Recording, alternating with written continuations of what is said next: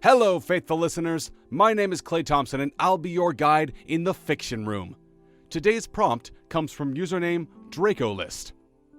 The Grim Reaper is the first human to die, and had taken it upon himself to walk the deceased to the afterlife so that they do not have to feel the loneliness that he felt. As always, I hope you'll enjoy listening to these stories as much as I enjoy reading them. But without further ado, let us begin with our first story, written by Cynical Sunshine. Time for another, I thought. How many had I ferried into this forever state? Too many to count. This time it was the worst type of job. A child. I stood in the hospital room, in the corner. I watched as the parents silently cried at their comatose daughter. The sound of beeping filled the room, the only clue that the girl was still alive. She would be my last, I had decided. I had watched her before. I had seen the chemo ravage her body and make her weak. I had held her hand in comfort as she vomited, wiped her tears when she started losing her golden hair. And now, the cancer was winning. She had only a few minutes left. I had found that I could possess a person for a few minutes at a time, thousands of years ago. To provide comfort, to ready them for their passing, and to prevent the loneliness they would inevitably feel. They would soon leave me, though. I never stepped through the light. I never wanted to stop doing this. But now, after so many wars, so much suffering, after billions of people ferried to the next world, I realized that I am so tired.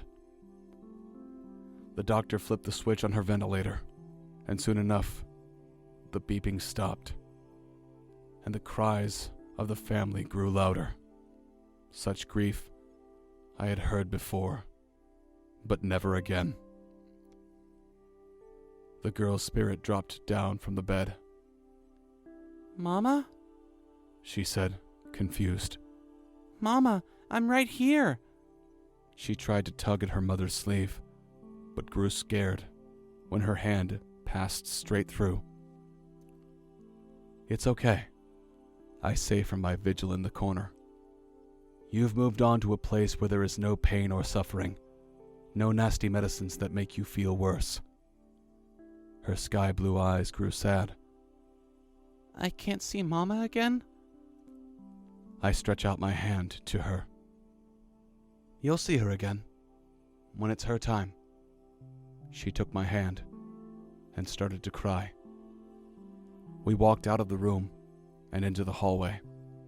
A light appeared, as warm and inviting as all the other times I had seen it. She looked up to me. "Are you coming?" "Yeah," I said. "This is my time too." I thought of every soul I'd met, and knew I'd be welcome. As we met the light, I said a silent sorry to the souls I would never meet. They would have to find their own way. But after thousands of years, it was time. Time for my rest. Yet another one of those stories that just really gets you right there. Makes you really feel for the character. Very nicely done. Very, very good job. And now let's move on to our second story, written by Liquid Beagle. He was unsure of how long he had trekked across this barren world, for in this realm, time seemed to fade like the memories of his long extinguished life. It was certainly his world. The trees and mountains stood as they were, streams and rivers flowed endlessly on, but life had seemingly disappeared from the earth. Missing was the buzzing of the bugs by the water. Gone were the predators and prey of the thick wood. And no matter how far he walked on this still earth, no trace of life could be found.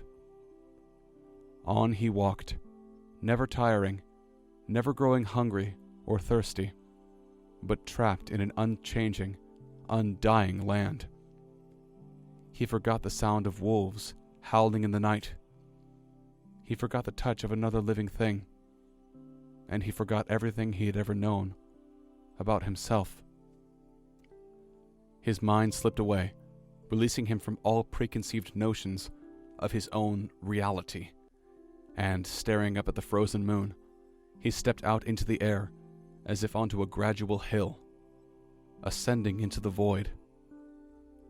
So he walked for an eternity, never ceasing, never veering to left or right, until at least he felt like he could reach out and touch the moon's glowing surface. In a flash of light, everything changed.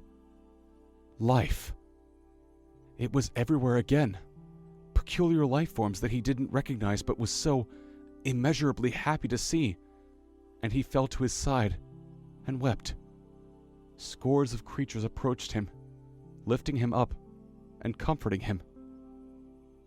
"You have traveled far, but your journey is over now," an angelic voice whispered to him. "But what is this place?" He shuddered at the sound of his own voice. It was unfamiliar to him. "I can remember again.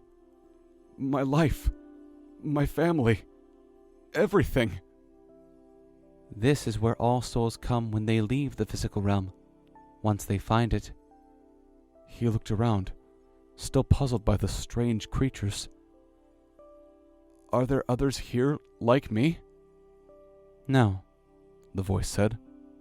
"You are the first of your kind to die, and so you are the first to find this place." "But I didn't find it. I was lost." "Oh, but you did. The moon has always called to you, hasn't it? And you finally answered the call." "I spent so long wandering, I forgot everything I knew." "Sometimes we must forget if we wish to find our way." He was elated to be with life again, but he couldn't shake his sadness away. "More from my kind will die, and they will wander as I did." "Yes." "Then may I go back?" "We are all free in this realm to do as we choose." "But why?" the voice asked, but it knew the look of longing in this creature's eyes. "Because I know the way, and I know what it's like to howl at the moon alone." He turned away from the light, back towards the darkness, and stretched out his long legs, wagging his tail happily as he ran. Oh man, that twist at the end really made me emotional. Man's best friend. I cannot say it enough times. Man, this is good. This is really good. We have time for one last story, written by Great Maine Woods. Og not know what death is. Og just change when rock fall. One day Og was on hunt. Hear crash from cliff above. It go dark even though sun was out. Dark everywhere. Og look down. No skin or meat. Og just made of bones. What is this place? This where deer and mammoth go after Og eat them. Og see no other animals. Og was scared. Ran until exhausted. Nothing but black still. Og walk for what feel like 10 moons. Og nearly give up. Lay down in blackness. Think it be like this forever. Og yell, and no sound return. But then, Og see small star in horizon. Little light. Og very tired. Very confused. But walk as long as Og can. Light gets bigger and bigger. Og approaches. Light is like open cave but bright. Og walk through bright cave. Og surprised. See trees. See sun, but sun not feel hot. See sand and ocean. Ocean water taste like mountain steam, not salty. Og look at hands and made of flesh and skin again. Look up and see wolf pup. Wolf pup Og's first friend and lost on hunt long time ago. Og so happy to see old friend. Where is Og? And why is new place so good? Is this what dead mean? Og realize where Og is. Happy place with no pain. But journey very scary. Some time go by and Og hear someone yelling. Yelling come from back through cave. Yelling from darkness. Og know that sound. Sound of scared like when Og first die. Og go back to help them find happy place. Sort of a subversion of expectations, but yeah, it makes sense. The first person to die would be a caveman, right? So, very good. Very simple, but very good. And now, dear listeners, we must unfortunately bid you farewell once again. Thank you all for tuning into the Fiction Room. If you like what you heard today, please consider leaving a like, a comment, and subscribing to the channel. It really would help. But for now, wherever you are in the world, be safe, be well, and we'll see you all next time.